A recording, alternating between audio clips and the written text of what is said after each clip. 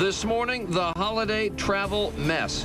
Wild weather wreaking havoc for the Thanksgiving getaway. We'll have some tips for getting home safe and sound. Inside the secret world of a Navy-attacked submarine, Robin shows you how they train for the worst, flooding and fire, as we get ready for the first ever live broadcast from a nuclear sub at sea. From ABC News, this is Good Morning America with Charles Gibson and Diane Sawyer in Times Square in New York and Robin Roberts at the United States Naval Station in Norfolk, Virginia.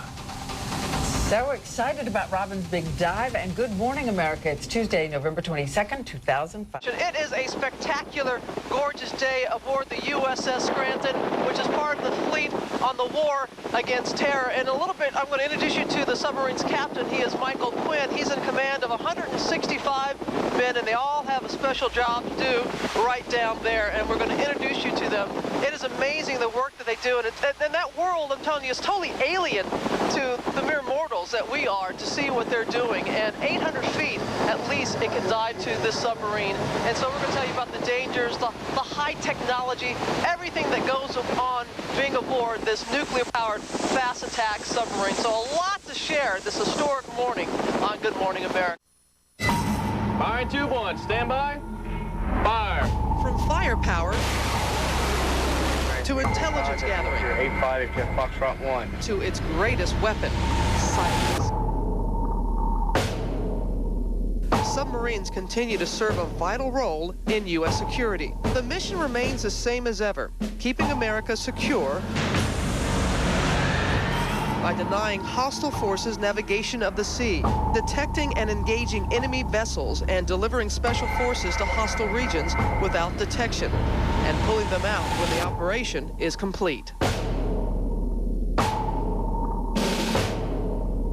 Today's submarines use cutting-edge technology to draw a new line of defense in the war on terror. With super-sensitive listening capability, U.S. subs are now tuned into transmissions from terrorists around the world and use that intelligence to prevent attack on U.S. cities and its allies. From the pig boats of World War I, crippling the Japanese fleet in the Second World War, protecting the peace in the Cold War, and pounding Saddam's forces during shock and awe of Operation Iraqi Freedom, today's submarines are built for speed, stealth, and security. Fast attack subs like the USS Scranton use nuclear power to slice through the ocean at 25 knots as quietly as a whisper. The dive capability is tremendous. The maximum depth is classified. All in an undersea city the size of a packed football field. Undoubtedly, the biggest surprise when you first go on a submarine is how much stuff there is. The second thing that you'll notice is how cramped it is. 150 people living on top of each other. It's really impossible to even imagine what it's like unless you've been on it. Dive, dive. The elite all-volunteer crew is deployed for 6 months at a time, often underwater and outside of contact with the outside world for extended periods of time. You don't get sunlight every day. You don't get letters from home. It's one of the hardest assignments in the Navy because of the isolation. They are America's silent warriors, trained and ready to take on any eventuality. The submariners are among the Navy's elite. And I say good morning, America, from aboard the USS Scranton. Yes, Charlie and Diane, I did make my way down below, not downstairs. I'm in the control room right now, which is actually the nerve center of this submarine. And we're just going to show you so many things the remaining of this morning, and also this next half hour. We have the sonar room that's back there that can detect. I mean, did you know that shrimp make a sound? They can detect everything with those sonars, and we have to be quiet ourselves because we don't want to be detected when we're here in the Atlantic Ocean. So much to show you, and I'll tell you how the crew lives. And let me just tell you, it's mighty cramped down here, but we'll share that with you a little bit later. All right, Diane, I will do that. As I said, I'm in the control room, which is really the nerve center of the USS Scranton, and these are charts. Now, yeah, they have high-tech computers and GPS and all that, but the guys, they like to be able to pinpoint themselves where they are. This gentleman right here, the periscope, because we are above the water, so he's able to look to see what is out there, and it's crucial because this is basically the only eyes that you have here on the submarine. Adrian, keep going around. I want you to see everybody else. This is an elite crew that we have here. And zero in on that young man, and I do mean young man, who is actually driving the submarine. Would you believe he's 22 years old, and his name is Josh Martin. He is Sailor of the Year on the USS Scranton. So everyone has a specialized piece of work to do here. And again, the submarine is like 362 feet long. We're talking just longer than a football field, and 33 feet wide, so not much space at all. And I want to show you, do we have a show with the blue whale? Okay, you see the USS Scranton, how big it is? And a blue whale, which is no small fish, if you will. And you can see there was really no comparison at all. Now, to give you, again, an idea of where we are, this is the top level. And then at the very bottom of the submarine, that's where the torpedo room is. You have your Tomahawk missiles there, the nuclear reactor, and the sonar dome, and as far front as you can get. And in between the top and the bottom, there is a mid-level. That's where the living takes place. That's where the officers' quarters are, and the mess hall is, and that's where they do as much socializing. The submarine is 24 hours a day, folks. It is constantly in motion, constantly people are working. But I wanted to give you a little snippet into the lives of men who eat, sleep, and work beneath the ocean's surface. Life for a submariner doesn't truly begin until the boat slips beneath the surface. The sub can stay in the black, murky, cold depths for months at a time. Some men going for long stretches without once breathing fresh air or feeling the sun on their faces. And the dive alarm lets you know you're about to enter a different world. We are currently diving past 573 feet. I mean, think about it. 573 feet of pressure pushing against this sub. So what does it feel like? It is the oddest sensation. I mean, it is electrifying, but also terrifying at the same time. Look at what happens to a styrofoam cup when it's placed in a torpedo tube, which is then equalized with the outside pressure. Look at that. So that is what the pressure outside is trying to do to this sub? Yes, ma'am. This right here? Yes, ma'am. And how many inches of steel is preventing this from happening? 1.5 to 2 inches of steel. That's it? That's it. Do you all see this? Oh, my goodness.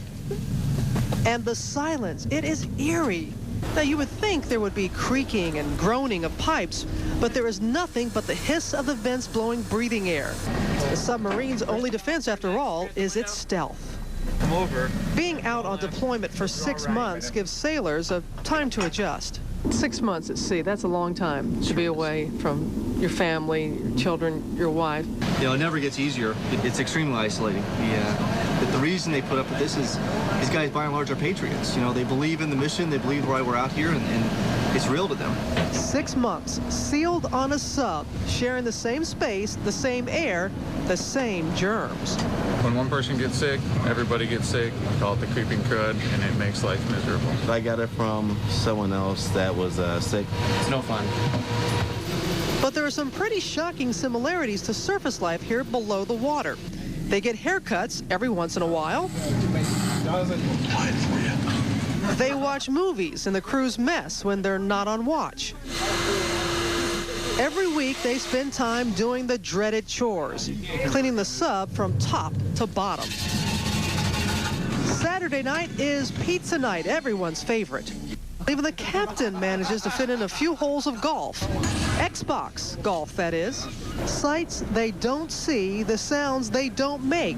It's all part of life down here at 800 feet. And always in the back of their minds, the water, the depths, the dark, as they cut silently through the ocean. This is what each of them lives for. Sounds like you're having a good time, Charlie. The nuclear reactor on board the USS Scranton takes up so much space that here inside it's, well, cramped to say the least. This is a 39-man rack room, 39 beds for the enlisted crew on board, stacked so tightly together, and some have to sleep in the same beds in shifts. It's called hot racking. And in case you're wondering, here I am. Good morning, America. This is the size bed that I slept in, if you call it that, last night. It's not the easiest thing to get in and out of, but this is a personal space for those on board. And they have what's called a little rack here where they can keep some of their personal items, but that's about it. That's why everyone's also assigned what this is called a poopy suit, so you don't have to worry so much about the clothes on board. These men, you have to think also, they stay on board for up to 6 months at a time, and they are very brave. Don't get me wrong, they're very brave, but there is something that does concern the men on board, and that is fire. So they have what's called a fire mask right here, and you see this little plug right here? It goes to these spigots that actually have oxygen, okay? So they put the mask on tightly, they connect it to the spigot right there, and they're all strategically placed throughout the cabin, so they're able to get from one location to the other. They have to hold their breath between the spigots because that's where they get the oxygen. And they drill constantly. They're constantly drilling. Even when they're on board on a highly secretive mission, there still are drilling because you just have to imagine what would happen if the unthinkable happened. So they rehearse it and again to prevent tragedy from happening on board. Emergency report. Class Charlie fired and 3-inch alarm to the control panel.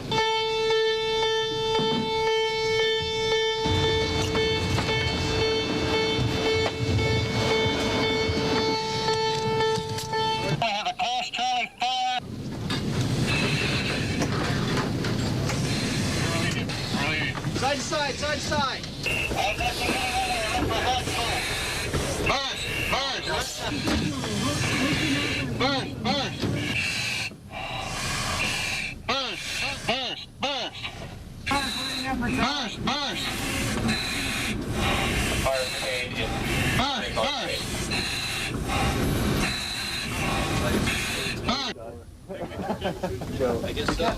Permission to enter, sir? Enter. All right. The officers of the USS Scranton. This is what's called the ward room. Remember, I've been teasing you about the captain, the man on board. Here he is right here, Michael Quinn.